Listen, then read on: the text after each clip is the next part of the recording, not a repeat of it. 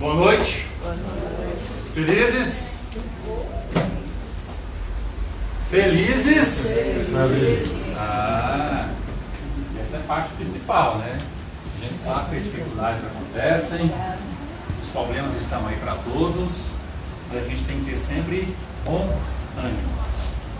E eu não vou falar de um tema, na verdade não é nem uma palestra, é uma conversa, porque vamos falar de traumas e medos.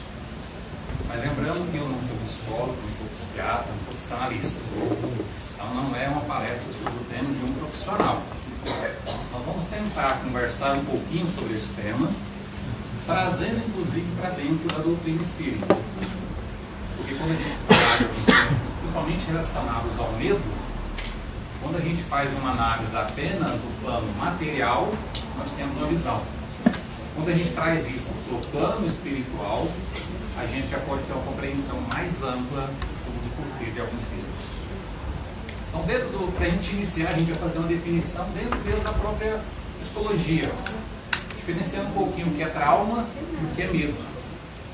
Trauma, uma das principais consequências, inclusive se tiver alguma pessoa especializada que tenha experiência, que até contribuir conosco, fique à vontade. Trauma, uma primeira referência que trauma sempre tem uma causa. Pode ser um trauma físico, pode ser um trauma psicológico ou emocional. Mas sempre tem uma causa. Por exemplo, eu mesmo, quando estava até conversando com a minha amiga Tônia, que é um dos colegas, menos ancianos, né? Não vamos falar do tempo, não, porque o pessoal vai achar que a gente já é meio velho. Né? Bem naquela época mesmo, inclusive, a gente, na época, participava do Grêmio Estudantil, a gente fazia aquelas festas juninas nas escolas, que eram tão boas naquela época. Um dia nós fomos para campo, né, cortar aquelas folhas de coqueiro, para enfeitar na festa junina, e eu caí no caminhão nessa viagem. Aquela jovem, né, meio que sem responsabilidade, caí. Mas aí eu acordei e tal, foi tudo bem, não teve nada, não consequência maior, menos eu achei. Passaram alguns meses, eu comecei a sentir uma dor na costela. Aí eu fui no médico e descobriu que a minha costela, uma riba, tinha trincado, quebrado. Inclusive até hoje, dependendo do que eu faço, tentar em frio, eu sinto. Mas como é que eu não tenho muito o que fazer? Quer dizer, foi esse trauma desse acidente que ficou, né, fisicamente em mim. Teve uma consequência. E existem os traumas psicológicos. Que é aquele que está ligado ao quê? Ao nosso emocional, aos nossos sentimentos. E hoje é muito comum, a gente vê até na mídia, algumas reportagens sobre isso. Pessoas muitas vezes que tiveram um trauma de infância, ligado talvez até a questão da violência quando é criança, inclusive até exploração sexual, e que depois de uma certa idade isso aflora.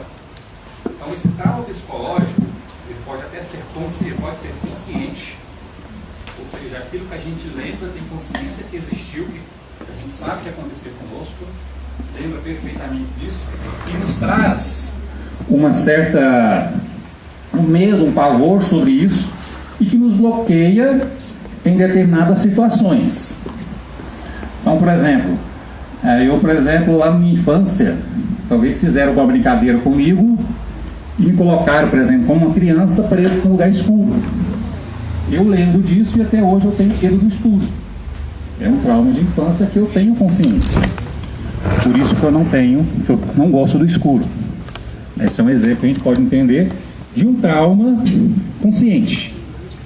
Mas o que acontece muitas vezes é que o trauma, ele tem muitas vezes uma força tão grande em nós que ele vai para o nosso subconsciente. Ou seja, a gente não lembra, mas mesmo assim enfrenta as dificuldades deste trauma. O mesmo caso, por exemplo, eu tenho medo do escuro, mas não lembro o que aconteceu. Eu só sei que eu tenho medo do escuro. Pode ser porque eu tive um trauma lá na infância, alguém me fez alguma coisa, né, me prendeu no local escuro, uma brincadeira, né, mas que para mim aquilo foi uma coisa muito séria e que me causou um trauma. Muitas vezes isso é bloqueado na minha mente, eu não lembro exatamente disso, mas os reflexos desse trauma continuam comigo. Tenho medo do escuro por causa desse trauma que eu tive na infância. Então ele pode ser consciente, pode ser inconsciente. Mas geralmente o trauma, por isso a importância, né? E até a gente orienta a fazer sempre a busca pelos profissionais da área, psicólogos, terapeutas, psicanalistas e tudo mais, para poder entender muitas vezes os nossos medos, do porquê que a gente tem as fobias, que é o que a gente vai falar também. Que o medo ele pode ser racional e pode ser irracional. Medo racional. O medo racional, geralmente, ele está atrelado ao nosso processo de uma lei natural, que é a lei de preservação. Por exemplo, se eu estou num prédio de uma certa altura, eu chego na beirada do prédio, eu tenho medo de cair. Isso é medo racional, porque realmente existe um risco contra a minha integridade física. Então isso é racional. Eu não vou ficar aqui na beiradinha que eu posso cair. Está ligado ao nosso instinto de preservação. Uma pessoa, por exemplo, a mulher está andando na rua à noite sozinha, vê movimento suspeito, 2 pessoas vindo. É natural ela ficar meio com medo, porque ela vai pensar, ela tem um histórico, né? Não, existe violência, infelizmente tem pessoas que aproveitam disso. Então ela vai ter um medo, um receio e falar, não, vou tentar me desviar desse caminho. É um medo racional. E aí tem o medo irracional, que é aquele que a gente não consegue uma explicação lógica. E esse medo ele tem desde a questão de ter uma aversão até o estado de pavor, que é aquele que a gente não consegue controlar. E esse medo irracional é aí que já adentra um pouquinho, né, da conhecimento espírita, a gente poder entendê-lo. Ele geralmente pode estar atrelado, inclusive, a um trauma, que quando a gente falou a questão do escuro, né, para a nossa cabeça ele é irracional. Por que eu tenho medo do escuro? Mas tem uma coisa atrelada a esse trauma, né, que a gente não lembra, nosso subconsciente esconde isso de nós, mas a gente tem só o reflexo desse trauma, que traz o medo. E tem o medo também, que é a questão, e aí entrando dentro da visão espírita, que está atrelada às nossas experiências pretéritas.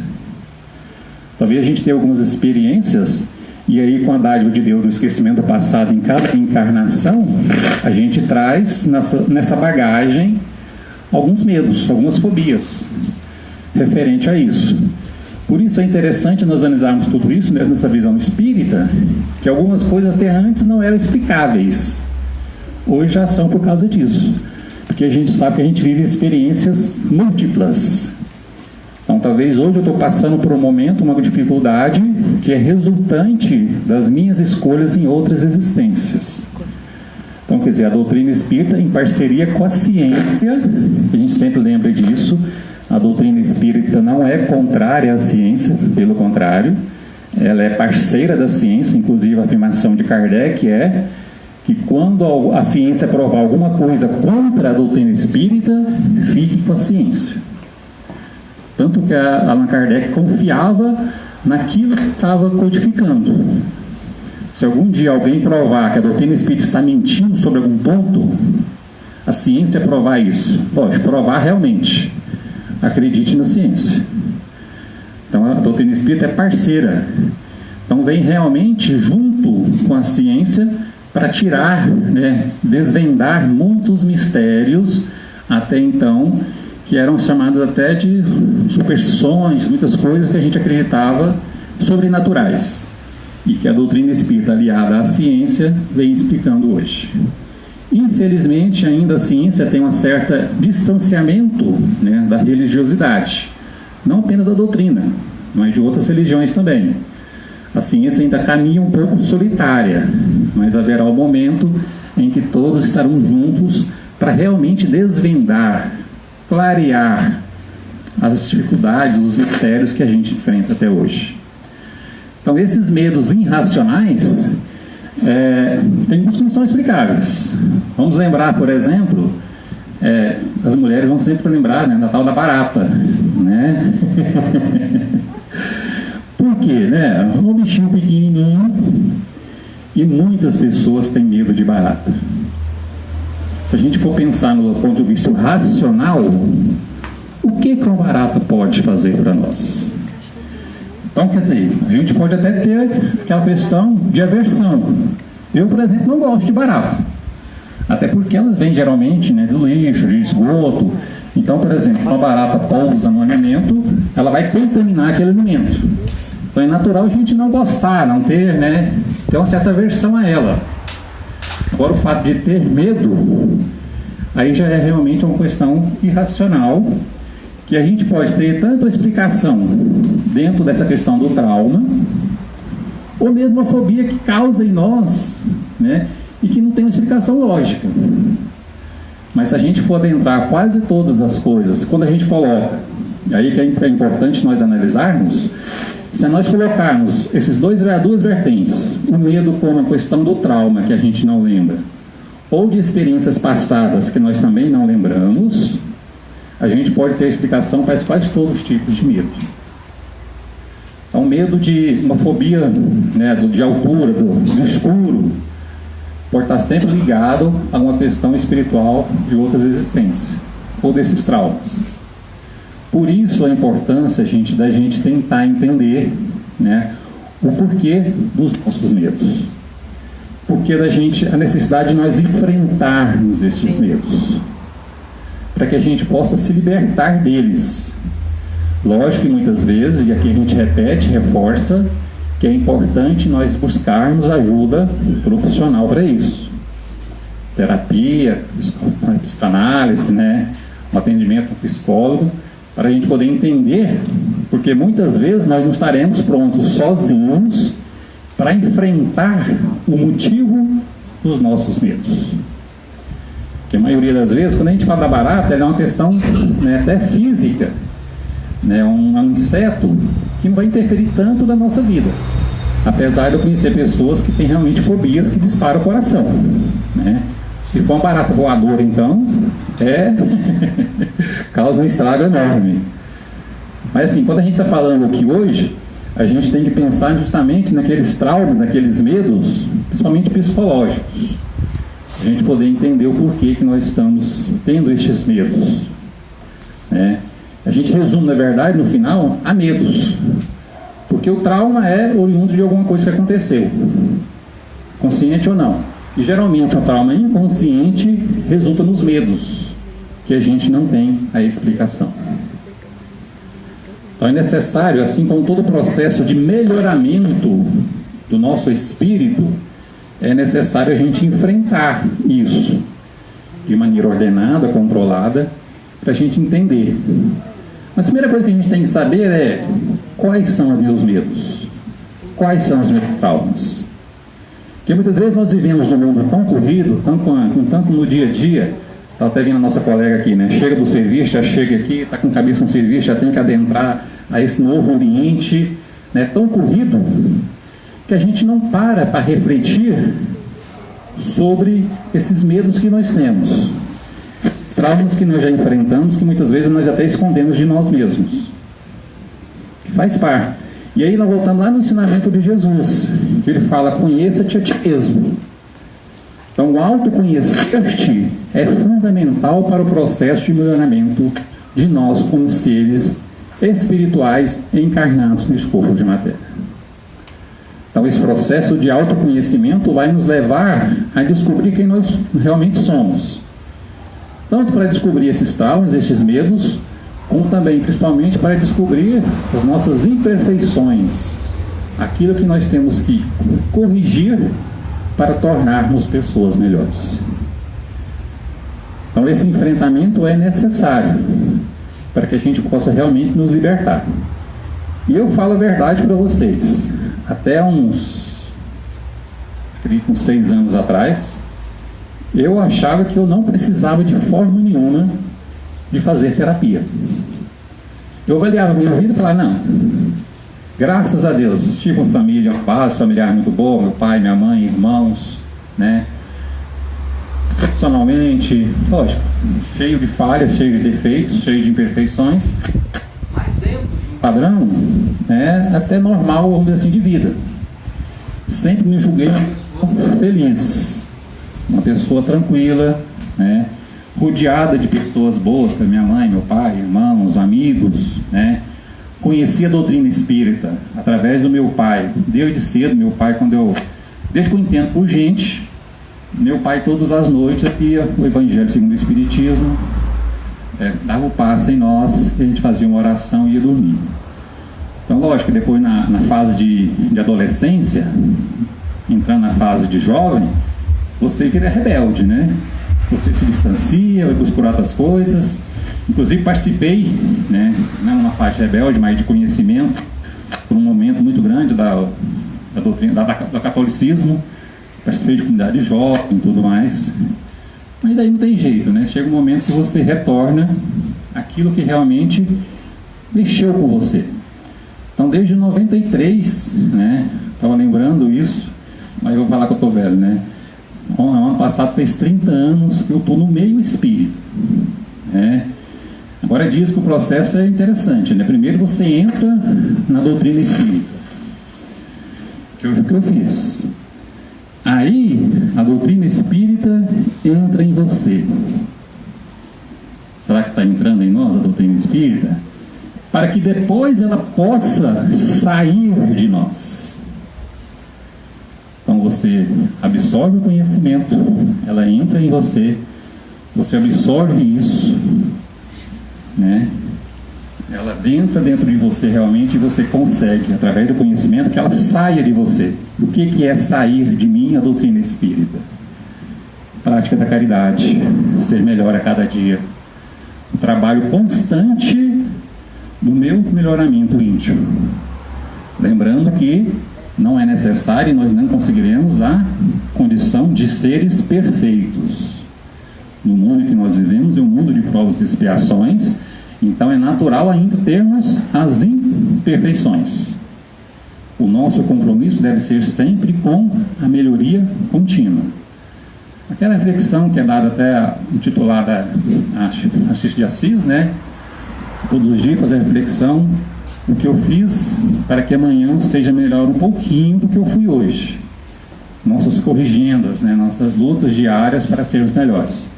E isso só é possível através desse enfrentamento, deste conhecimento de nós mesmos, enfrentamento dos nossos medos.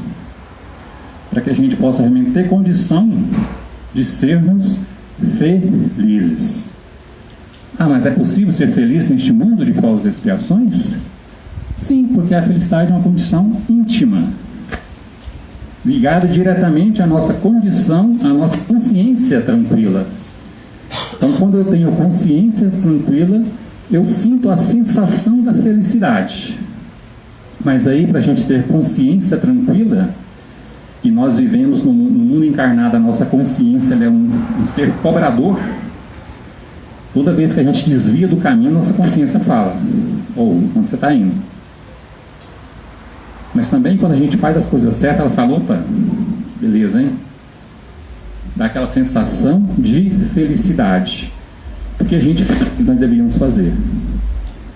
Mas aí, para a gente saber fazer realmente isso, a gente tem que estar bem. Para a gente ajudar alguém, né, a gente tem que estar bem também para poder fazer essa questão de doação. Então é necessário esse conhecimento, esse enfrentamento. E aí, quais são os nossos medos? E aí, voltando a falar da questão da terapia, até 6 anos atrás eu achava que eu não precisava. Me achava uma pessoa feliz, uma pessoa tranquila. Lógico que tinha as minhas dificuldades, né, os meus desafios a serem vencidos, mas até que um dia minha irmã, conversando comigo, falou: tem uma amiga minha que é terapeuta, eu vou falar para ela te ligar. Eu estava passando por um problema específico, vou falar para ela te ligar, para conversar com ela. Gente, foi uma coisa incrível.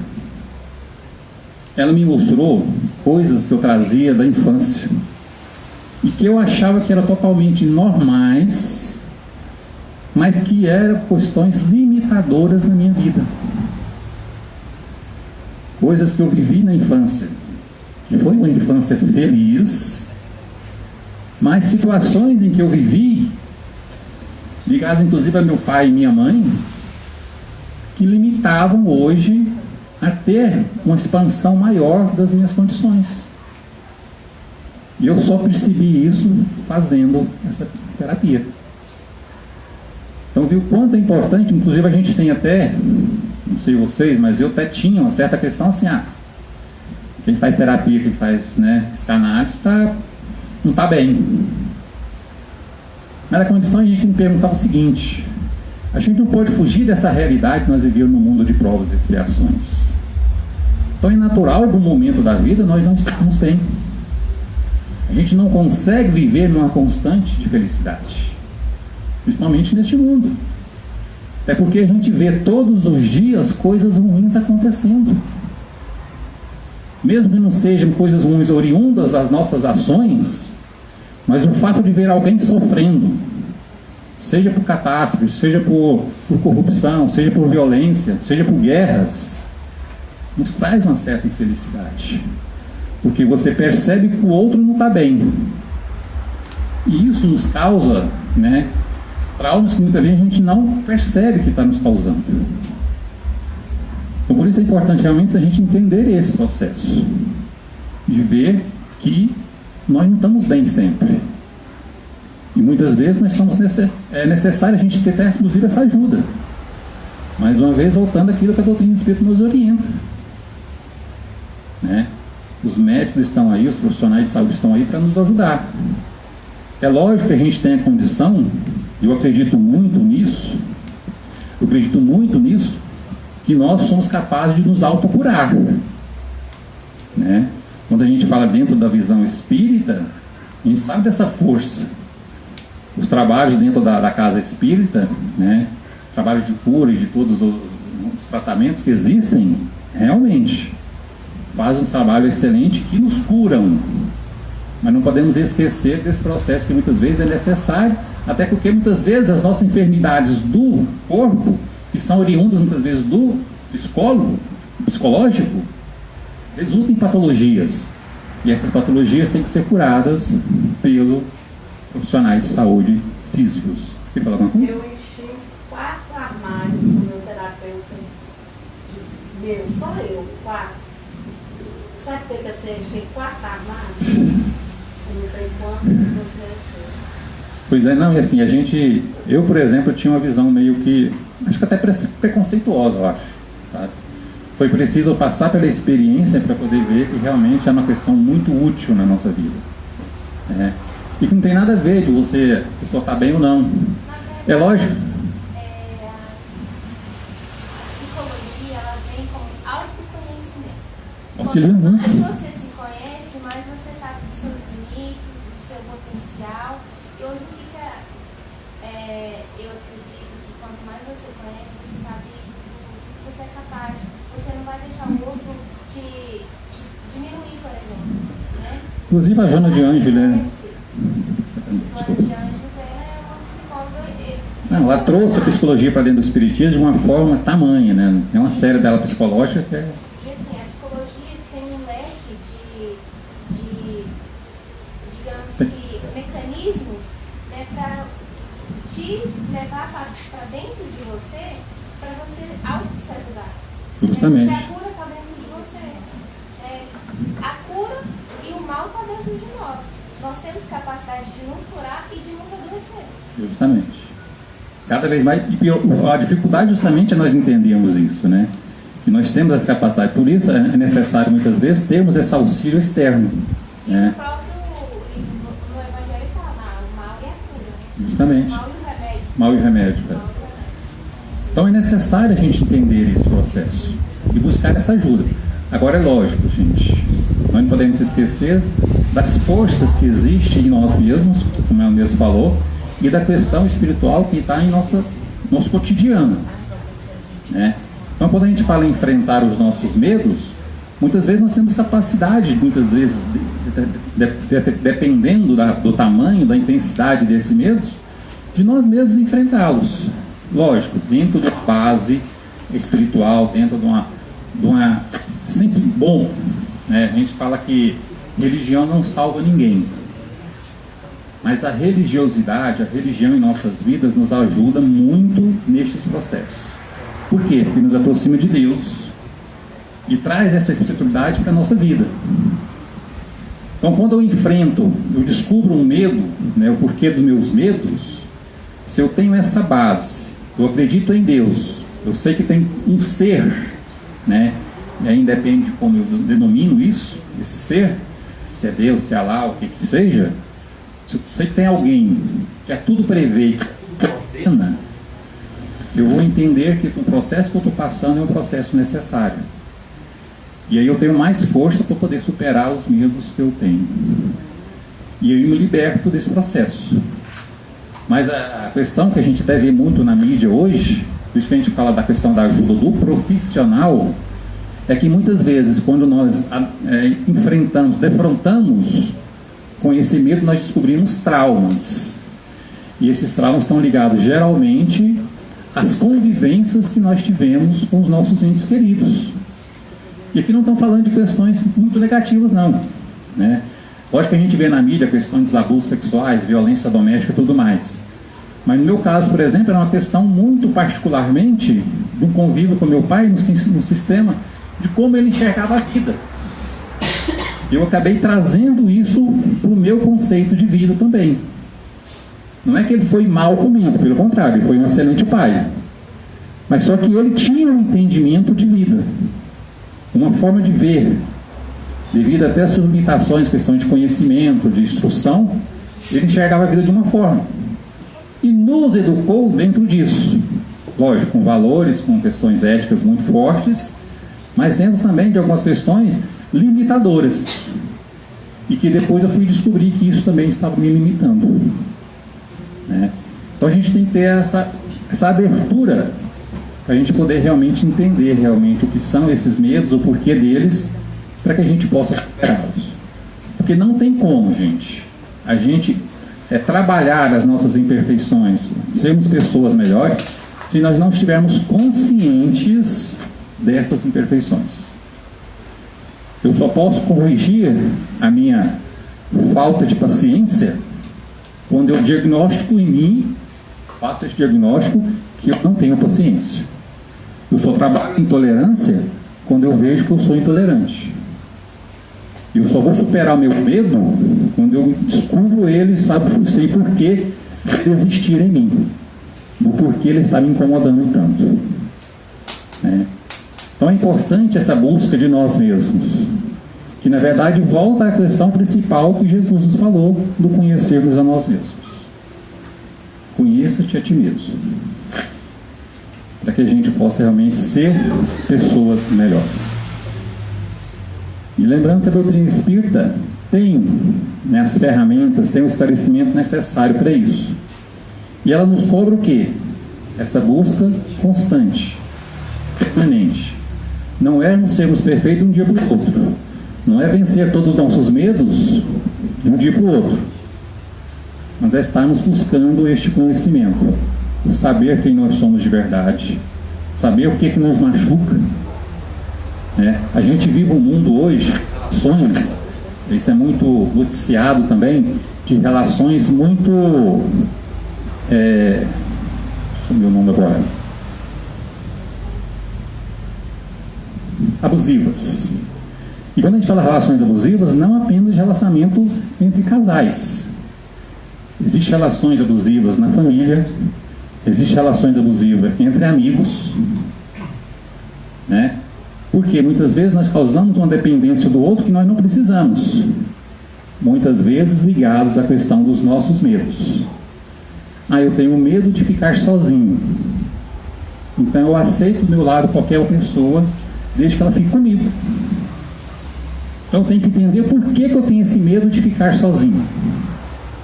É um processo de que eu preciso me amar mais? Eu tive algum trauma que me fez causar este medo?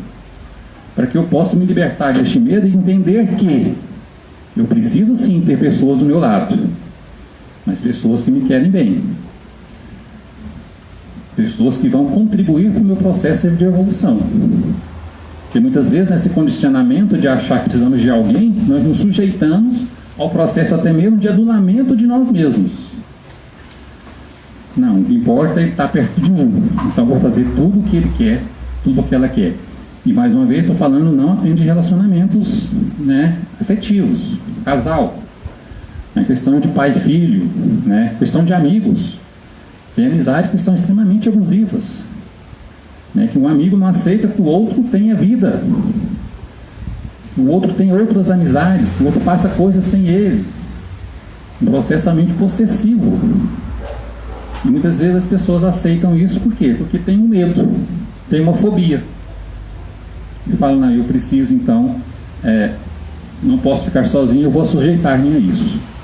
Por isso a importância então de nós encontrarmos os porquês, né, dos nossos medos. Um processo lento, tranquilo, sereno, tá? Que a gente ir em busca. E lógico, sempre que precisar, buscar ajuda também profissional para isso. Que muitas vezes a gente não consegue ver esse processo sozinho. Ou então ajuda, né, espiritual, ajuda de outra pessoa próxima de nós. Por isso eu falo que hoje a questão maior, né, quando a gente fala em caridade, ou na atualidade a maior caridade que a gente pode fazer, talvez, seja justamente a de ouvir. Porque hoje no mundo que a gente vive de depressões, de ansiedades, o que falta muitas vezes é nós ouvirmos as pessoas. As pessoas precisam só disso muitas vezes. Ouvi-las. Que a gente tire um momento do nosso dia para ouvir as pessoas. Mas nós também temos que lembrar que nós também precisamos ser ouvidos. Existem pessoas que criam, né? Isso é muito comum, inclusive, nos meios religiosos. Pessoas que criam um processo onde elas são a carga, o suporte para todas as outras. Inclusive são vistas como pessoas fortes. Mas ela mesma vê suas próprias fraquezas, e muitas vezes foge desse processo e acaba sofrendo sem perceber o porquê. Então a gente tem que estar atento, inclusive dentro do próprio movimento espírita, dentro dos nossos templos religiosos, os nossos companheiros. Eu falo muito que a gente tem um preconceito com a pessoa que é rica, né, financeiramente. Fulano é rico, não precisa de nada. E nós temos visto hoje, muitas vezes, são esses que mais precisam de conversa, de diálogo, de amizade, de carinho. Então a mesma coisa, aquela pessoa que a gente acha, nossa, fulano resolve o problema de todo mundo. Mas e os problemas dele? Né? Os seus medos. Muitas vezes ele não tem nem tempo para poder falar disso e vai acumulando isso dentro dele, chegando no momento de explosão. Tá? Então é isso, gente. Conversa rápida, para que a gente pudesse falar um pouquinho sobre esse tema e fica assim, para a gente refletir sobre isso. Lembrando que sempre, né, a gente tem uma ferramenta importantíssima para a gente poder trabalhar isso tudo em nós, que é acessível a todo mundo, que se chama oração. A oração é nossa aliada cotidiana para enfrentarmos todas as nossas dificuldades. Que Jesus abençoe a todos.